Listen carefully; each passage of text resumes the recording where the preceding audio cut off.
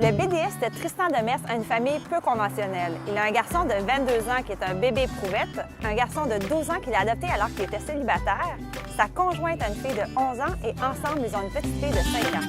Donc, ça fait 22, 12, 11, 5. Exactement. Fait que 2 générations. Voilà. Des réalités complètement Ça fait bien des parties de fête, ça, finalement. Puis c'est toujours l'été. Fait que... Des réalités différentes. Complètement. Puis comment vous gérez ça, toutes ces réalités-là? Prendre le temps avec chacun, je m'en rends compte, plus ils vieillissent aussi. Tu sais, quand ils ont 7-8 ans, à la limite, bon, mais là, à l'adolescence, mon gars a presque 13 ans, les intérêts ne sont pas ceux de sa sœur de 5 ans. Fait que c'est important que je prenne du temps avec chacun. Puis en plus, mon gars, il est hyper cartésien, il va être ingénieur ferroviaire plus tard. Tandis que les 2 filles chez nous sont hyper artistiques. On est vraiment dans le bricolage, quasiment le papier mâché, puis les comédies musicales avec tu vois le genre. Ouais. Fait que c'est 2 univers différents. Fait que c'est difficile, à un moment donné, ça devient difficile d'imposer à un. Et puis à l'autre aussi, la même activité qui n'a rien à voir. Parle-moi d'un bon moment de papa, dans ta vie de papa. Un moment particulièrement réussi. J'ai le privilège de travailler dans les salons du livre et de voyager beaucoup. Et des fois, je m'arrange avec mes enfants à tour de rôle pour qu'ils puissent manquer 1 ou 2 journées d'école. Ils viennent m'accompagner et monter le stand avec moi, s'occuper de distribuer les signets, de me remplacer quand je vais ailleurs pour des signatures ou bien d'être avec moi. Puis le soir, ça veut dire être au restaurant, à l'hôtel avec des auteurs connus. Fait que pour eux, c'est bien trippant. Ça leur fait vivre quelque chose d'intéressant. Exactement. Puis un moins bon moment, parce qu'il doit en avoir aussi. Les lunchs. J'ai ça pour mourir. Il n'y a même pas d'hésitation. Je déteste ça. Puis moi, le cave, j'arrête pas de faire des enfants. Fait que je fais des lunchs depuis 17 ans. Quel conseil tu donnerais à un nouveau papa? Oh, de se faire confiance aussi, d'être à l'écoute. En fait, c'est pas tant... Tu sais, des fois, on essaie de jouer au géo, là, puis de devenir l'espèce de clown de service. Puis dans le fond, l'enfant veut juste qu'on s'arrête puis qu'on ait du temps ensemble. Tu sais, moi, j'ai des machines à boules chez nous. Puis l'autre fois, j'ai fait une activité de gars avec mon fils. Puis moi, j'ai pas de char, pas de permis. Fait que j'irai pas réparer une moto. Fait que là, j'ai trouvé quelque chose, c'est qu'on a pris le temps d'ouvrir la machine à boules pour la nettoyer. Et analyser. Tu sais, vraiment, je me sentais comme un gars. Oui, l'analyser.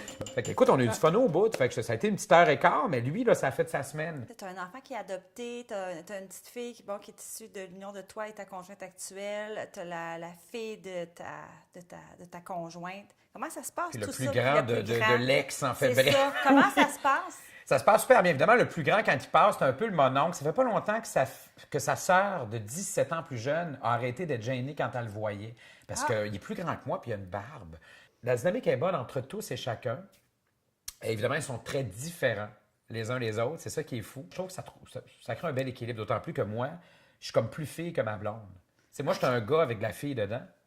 Puis ma blonde, c'est une fille avec un peu de gars dedans. Okay. C'est ça que ça marche, notre affaire. Quand on faisait des rénaux ici, là, puis les gars rentraient, ils posaient des questions.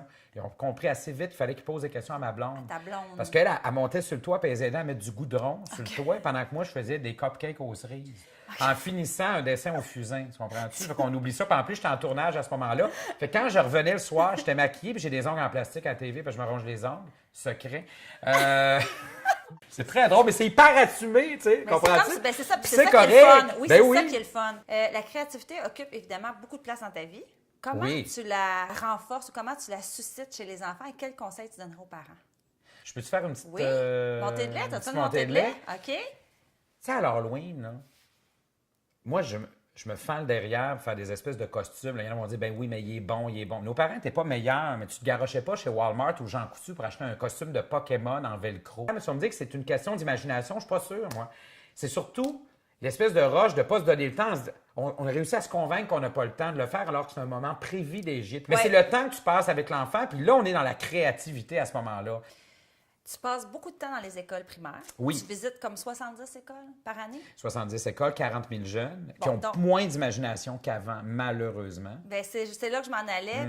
Tu fais beaucoup de conférences. De quoi ont besoin les jeunes, Tristan Demers? C'est parce que l'imagination, c'est le pouvoir que tu as de transformer les choses que tu vois dans ton quotidien, que tu absorbes puis que tu transformes.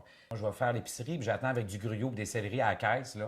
Bien, je la vois, la madame qui glisse sur un raisin dans le rayon des fruits, je la spot, comprends-tu? Elle va être dans ma prochaine BD. L'idée, c'est d'être plus attentif, de pogner le Wi-Fi avec tes cheveux, comme je dis souvent, là, avec les antennes invisibles, puis d'aller capter ce qui se passe. Parce qu'ils sont beaucoup en mode passif.